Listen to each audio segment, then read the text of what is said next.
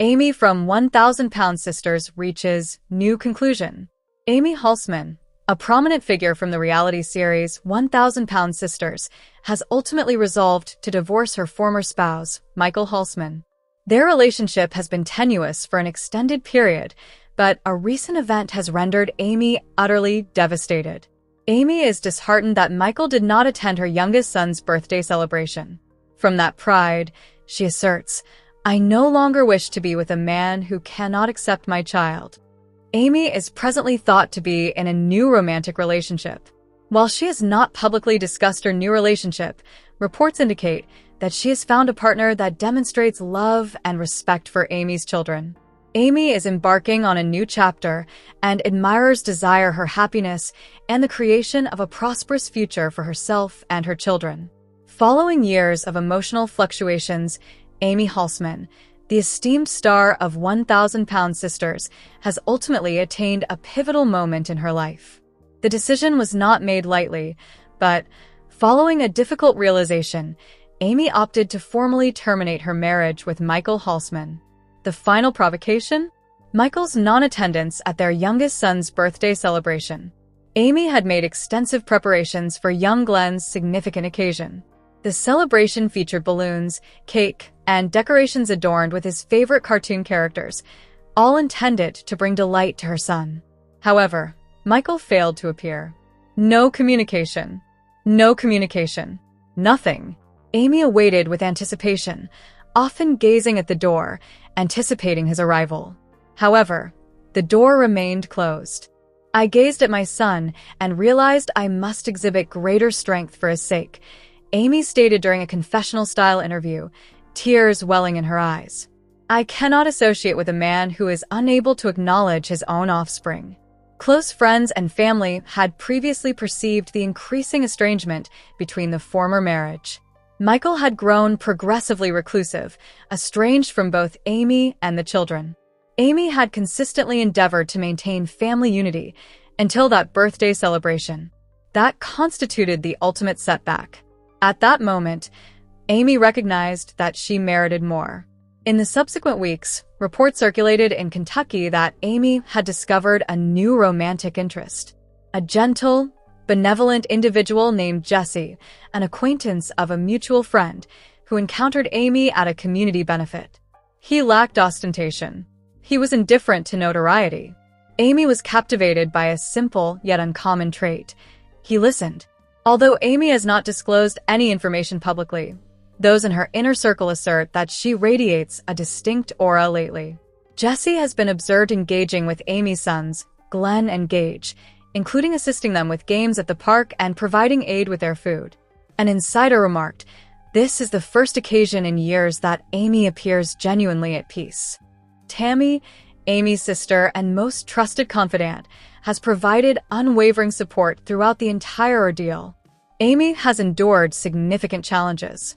She merits an individual who elevates her, not diminishes her, Tammy stated in a telephone interview. She concedes that Jesse appears altered, more composed, affable, and profoundly polite. The preview for the upcoming season of 1000 Pound Sisters suggests that viewers will witness Amy's transformation. Viewers will perceive her not merely as a lady healing from emotional distress, but as a mother advocating for her children, a sister asserting her strength, and, potentially, a lady rediscovering the capacity for love. One evening, standing in the backyard with her son's laughter resonating in the background and the sun illuminating the scene with a golden hue, Amy spoke reflectively to the camera. "Life does not always unfold according to your plans.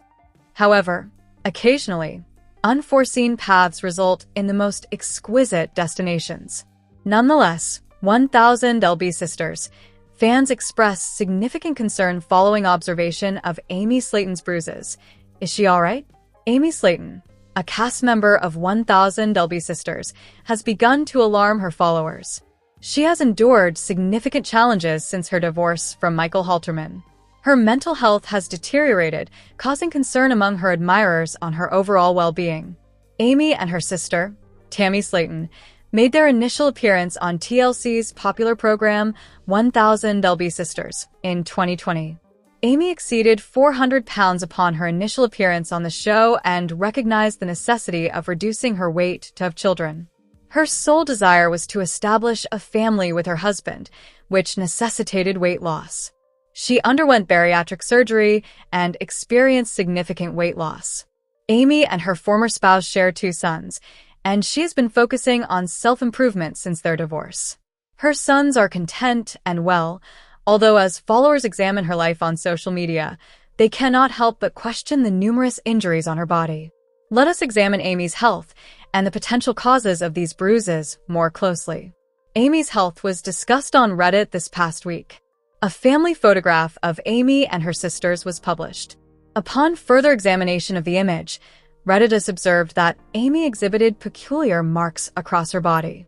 This piqued their curiosity regarding her situation and whether her health is a significant issue.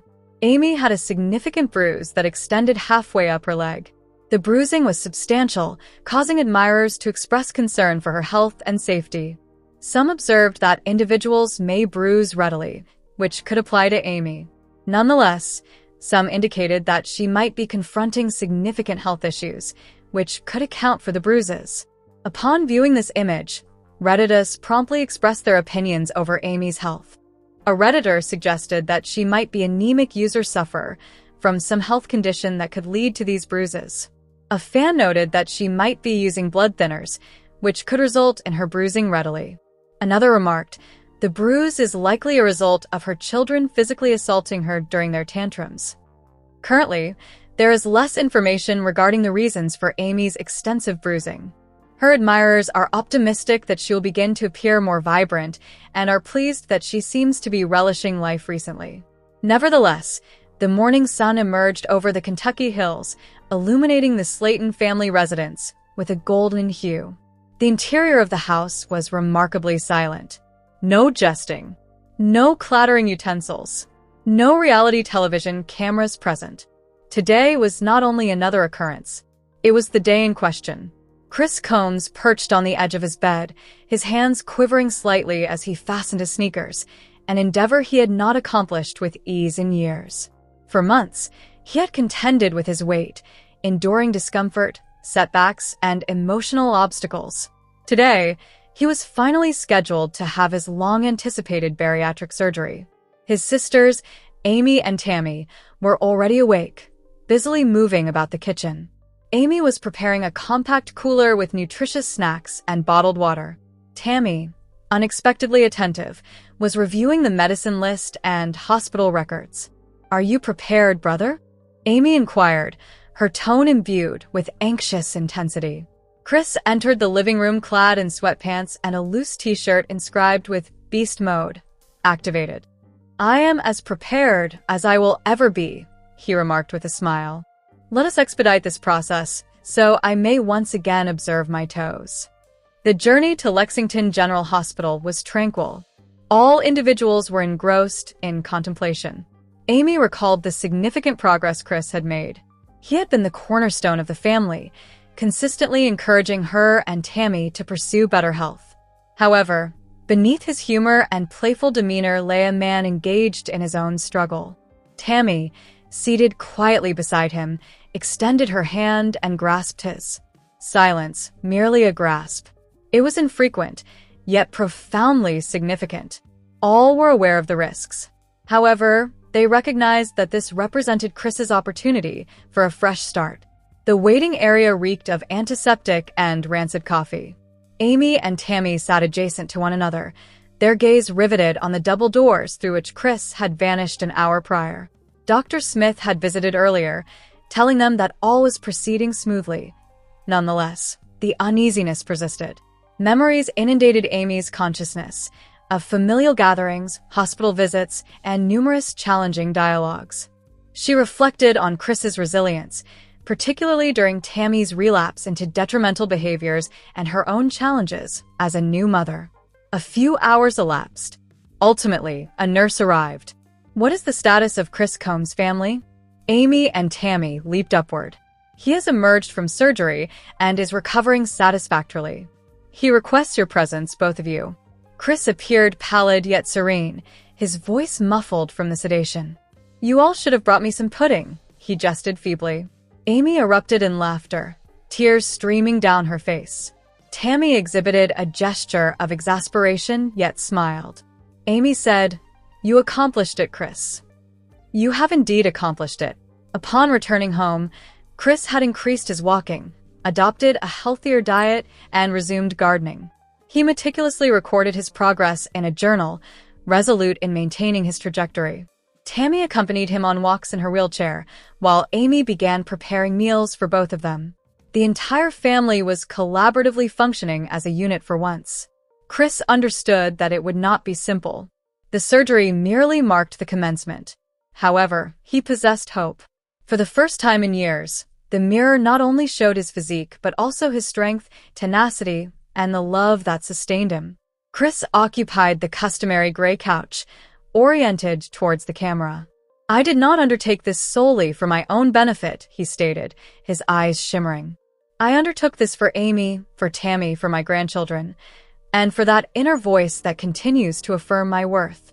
I have a considerable journey ahead, but I will not cease my progress. This is merely the commencement, darling." Nonetheless, the Kentucky heat was oppressive, nearly as weighty as the hush enveloping the Slayton household. Amy Slayton perched on the porch, perspiration cascading from her forehead, her respiration rapid and labored. She grasped a partially filled bottle of Diet Coke in one hand, her knuckles pale. Tammy's voice resonated throughout the home.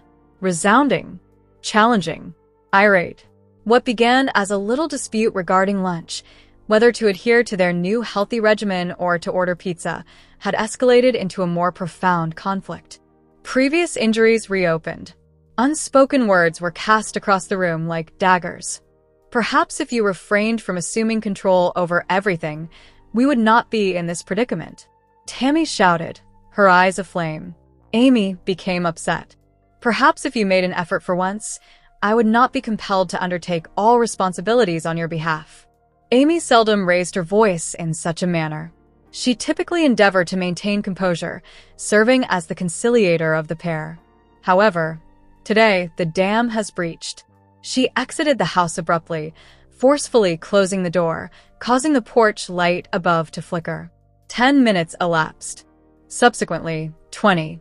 Ultimately, Tammy limped outside, grasping the railing for stability. Her face, flushed from shouting, now appeared perplexed, perhaps even remorseful. "Amy," she stated, more softly than anticipated, "I did not intend to. I did not expect you to become that angry." Amy refrained from turning around. "You fail to comprehend, Tammy. I have been endeavoring to maintain the cohesion of this family. I am fatigued. I must now consider Gage. All you do is distance yourself from me." Tammy gazed downward. "I acknowledge that I have been difficult to manage." "That is a significant understatement," Amy retorted, then promptly softened her tone. "However, I comprehend. You are injured. You are afraid. I am as well. However, we cannot continue to engage in conflict in this manner." Tammy seated herself on the front step, grimacing slightly. "I long for our former relationship. Prior to the performance. Prior to the situation becoming so noisy." Amy ultimately gazed at her. Her eyes were glassy, imbued with a blend of anguish, fatigue, and affection. "I long for that as well," she murmured. The two sisters remained in silence for an extended period, the gravity of their connection surpassing any dispute. The sun commenced its descent behind the trees, illuminating them with a golden hue. At that moment, they were not reality television personalities. They were not combatants. They were merely sisters, imperfect, weary, yet still supporting one another, even by a thread. Nonetheless, on a dreary, rainy afternoon in Dixon, Kentucky, Tammy Slayton received a phone call that would profoundly alter her life. The voice on the opposite end of the line was quavering. Caleb's sister was Jolene. "Tammy, I sincerely apologize. Caleb expired this morning." Tammy became immobile. The atmosphere drained from the room. Her heart accelerated, her chest constricted, and her legs collapsed beneath her. She sank onto the couch, her phone slipping from her grasp as uncontrollable sobbing exploded from her throat. Amy, who had been preparing lunch for her children in the kitchen, rushed in. "Tammy? What transpired? What is the issue?" she inquired, alarmed. However, Tammy struggled to articulate her thoughts. "Caleb, he has departed." Amy knelt beside her, enveloping her sister in a tight embrace as they both continued to weep. This was not merely sadness. It constituted a devastating loss of the soul.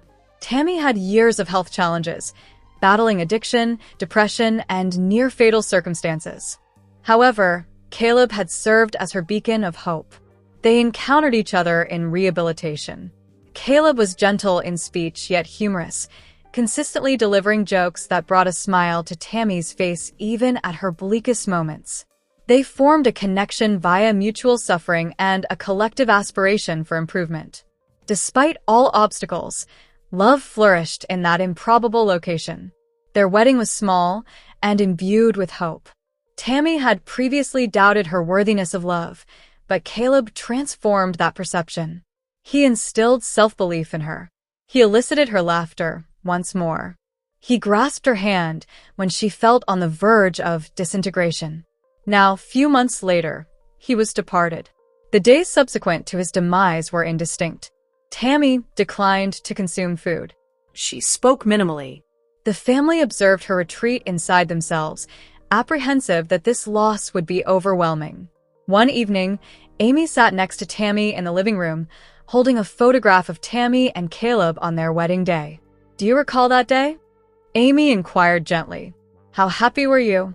Tammy gazed at the photograph for an extended period before acquiescing. "He induced in me a sense of alive," Tammy murmured, "as if I possessed value. I am uncertain how to exist in his absence." Amy stated, "You need not forget him. However, one must persist on his behalf. He cherished you excessively to desire your resignation at this moment." Tammy gazed at her sister, tears accumulating once more. But this time, there was an additional emotion in her eyes: resolve. In the subsequent weeks, Tammy commenced to take little moves. She's starting attending bereavement counseling. She commemorated Caleb by planting a tree in the backyard.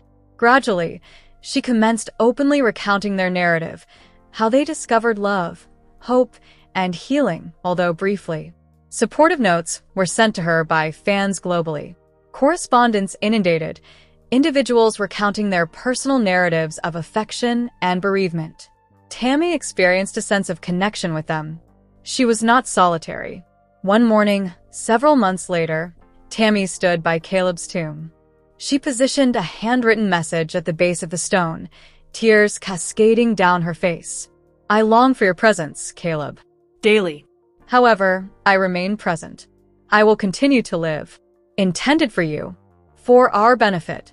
She kissed her fingers and placed them against his name. As the sun emerged from the clouds, Tammy turned and departed. Not from the anguish, but towards the existence that Caleb had always envisioned for her. Nevertheless, the snow enveloped Dixon, Kentucky, in a gentle white hush. However, within the Slayton family residence, tension lingered just beneath the surface. Christmas was intended to be a celebration of joy, characterized by laughing, presents, and affection. Amy meticulously decorated the tree with the assistance of Gage and Glenn, prepared cookies shaped like snowmen, and lovingly wrapped each gift. However, she was unable to conceal the escalating discord between her sisters, Tammy and Amanda. Since Tammy's return from rehabilitation, relations with Amanda have been tumultuous. Their personalities were incompatible. Tammy's fiery temperament and Amanda's candid honesty were fundamentally discordant. In recent weeks, they have disputed several matters, ranging from shopping to contributions for the Christmas feast. However, Amy clung to optimism. Perhaps the essence of the holidays will unite them. That optimism swiftly disintegrated. The origin of the situation was the ham. "Did you purchase prepackaged ham?"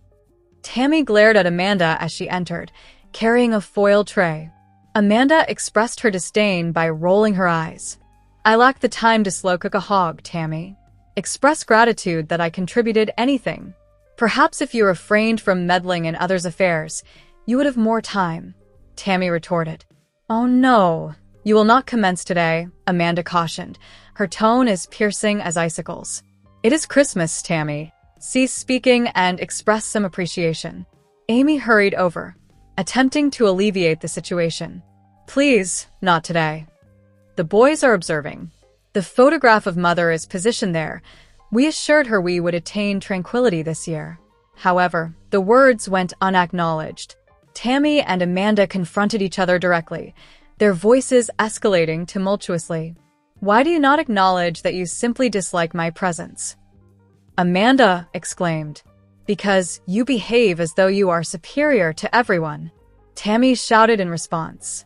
You believe you can command others without consequence. Pots clattered, the tree lights shimmered, and the shouting intensified. Chris and Misty intervened, attempting to separate them, but the harm had already occurred. Gage began to weep, Glenn shielded his ears, and Amy remained at the center of her devastated Christmas, tears brimming in her eyes. Cease immediately. Amy ultimately shouted, her voice faltering. You have destroyed it. You have spoiled Christmas for everyone.